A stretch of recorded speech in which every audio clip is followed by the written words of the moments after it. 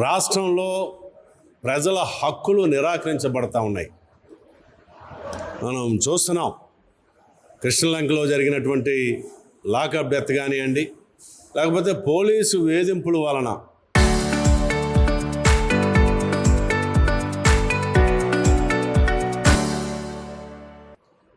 మరణిస్తున్నటువంటి ఆత్మహత్యలు చేసుకుంటున్నటువంటి వారి యొక్క సంఖ్య కూడా గణనీయంగానే పెరుగుతుంది. ఇటీవల నెల్లూరులోని ఒక పోలీస్ స్టేషన్లో సిఐ దగ్గర నుంచి సిఐని ఎస్ఐని ఇద్దరిని విఆర్కి పంపించి మిగతా సిబ్బందిని అందరినీ కూడా వాళ్ళు బదిలీ చేశారు. ఎందుకనంటే వాళ్ళు కంప్లైంట్లు వచ్చినా కూడా కంప్లైంట్లు సక్రమంగా ప్రజల దగ్గర నుంచి ఒక రక్షణకి సంబంధించి మాకు అన్యాయం జరిగిందని చెప్పని పోలీస్ స్టేషన్కి వచ్చి ఫిర్యాదు చేస్తే ఫిర్యాదులు కూడా సక్రమంగా నమోదు చేయట్లేదు. ప్రజల పక్షానికన్నా వాళ్ళ ప్రయోజనాలు నెరవేరేటటువంటి పద్ధతుల్లో ఈరోజు అధికార పక్షం ఎవరు అధికారంలో ఉంటే వాళ్ళకు అనుకూలంగా వ్యవహరించేటటువంటి ఒక దుస్థితి. ఇప్పుడు పోలీస్ వ్యవస్థ అన్నది ఒక స్వతంత్ర వ్యవస్థ. అధికారంలో ఉండే వాళ్ళకి అనుకూలంగా ఉండాలన్నది ఎక్కడ రాజ్యాంగంలోని చెప్పలే. కానీ మన రాష్ట్రంలో మటుకు ఈరోజు అధికారంలో ఉండే వాళ్ళకి అనుకూలంగా వ్యవహరించేటటువంటి పద్ధతుల్లో గత కొన్నాళ్ళుగా వ్యవస్థ వస్తూ ఉంది. ఎవరు అధికారంలోకి వస్తే వాళ్ళు పోలీస్ వ్యవస్థని ఉపయోగించుకొని వాళ్ళ యొక్క ప్రయోజనాలు నెరవేర్చుకుంటున్నారు.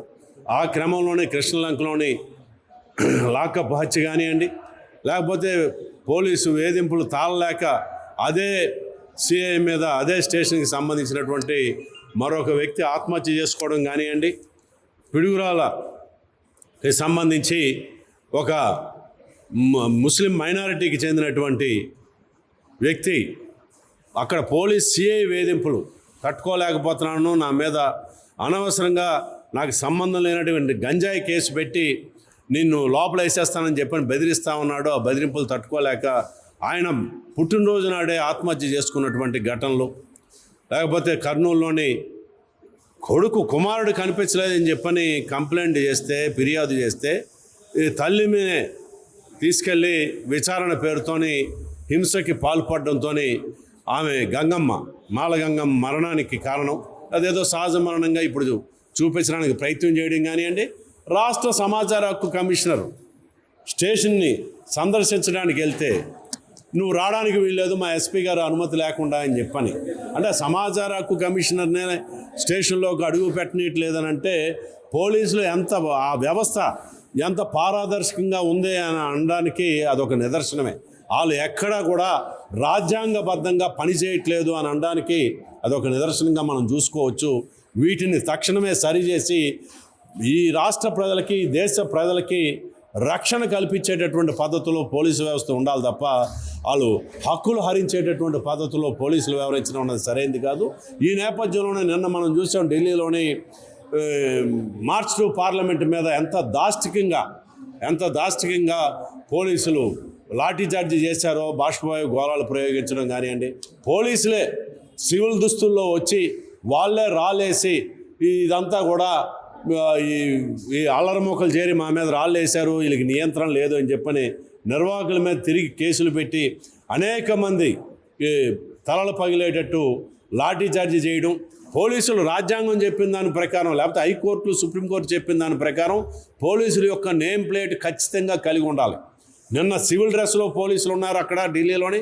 అదేవిధంగా ఏ పోలీసు డ్రెస్లో ఉన్నటువంటి యూనిఫామ్లో ఉన్నటువంటి ఏ పోలీసు నేమ్ ప్లేటు తనది లేకుండా చేసుకొని అంత దాష్టికంగా దాడి చేశారంటే ముందు చట్టాన్ని ఉల్లంఘించింది పోలీసులు. అక్కడ డీసీపీ కానివ్వండి, లేకపోతే దానికి నాయకత్వం ఇచ్చిన మొత్తం పోలీసులు అందరి మీద కేసు పెట్టిన తర్వాతే ఈరోజు ఆందోళనకారుల మీద మీరు ఏ కేసున పెట్టాలంటే పెట్టాలి, అప్పుడు రాజ్యాంగానికి విలువిచ్చిన వాళ్ళు అవుతారని చెప్పని ఆ పద్ధతిలో రాజ్యాంగం ప్రకారం పౌరులకి సంక్రమించినటువంటి హక్కుల పరిరక్షణకి సంబంధించి ఈరోజు సిపిఐ ఆధ్వర్యంలోని విశాఖపట్నంలోని ఒక చర్చాగోష్ఠిని నిర్వహించడం అన్నది జరిగింది. విశాఖపట్నంలో అఖిలపక్ష సమావేశం జరిగింది. ఈ అఖిలపక్ష సమావేశం ఉద్దేశం ఏంటంటే ఢిల్లీలో జరిగినటువంటి కాక్రోచ్ పార్టీ వాళ్ళు డిస్టర్బ్ చేసింది ప్రభుత్వం. అలాగే ఆంధ్రదేశంలో కూడా చాలా మీడియా వాళ్ళ మీద చాలా దాడులు జరుగుతున్నాయి. వీటినన్నింటినీ ఖండిస్తూ జరిగినటువంటి సమావేశం.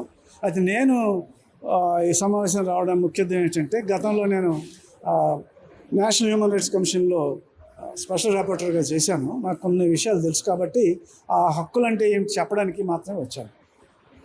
అదేమిటి అంటే రాజ్యాంగంలో స్వేచ్ఛ ఉంది మనిషికి. ఏ స్వేచ్ఛ?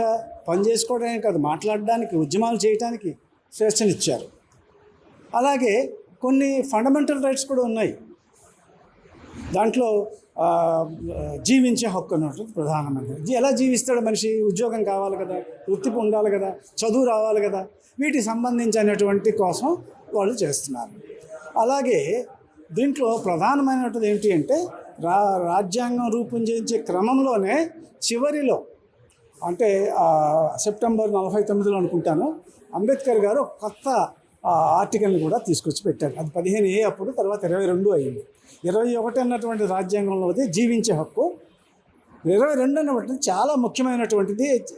మనం చెప్పాలి, అందరికీ మీడియా కూడా చెప్పాలి. ఏమిటి అంటే ఈ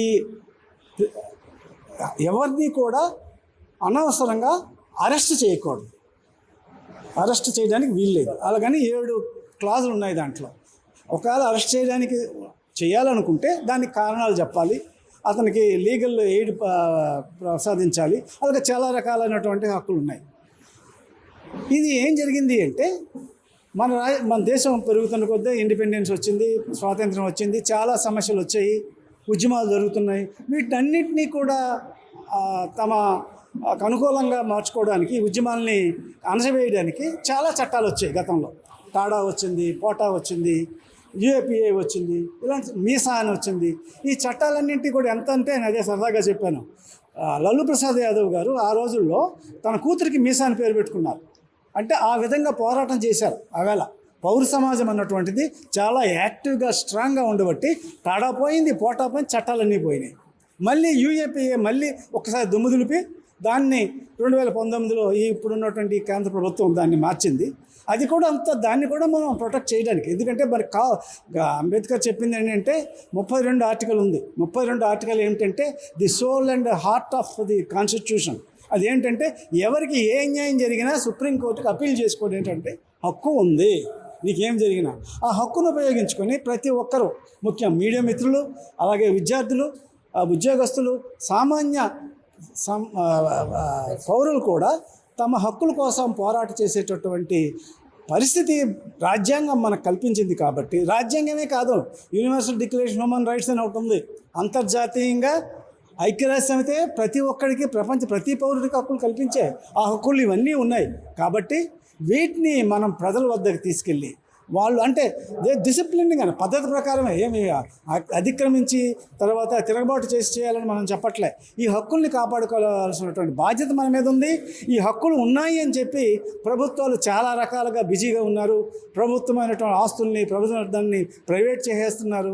విశాఖపట్నం లాంటి మహానగరాన్ని గందరగోళం చేస్తూ ఉన్నారు.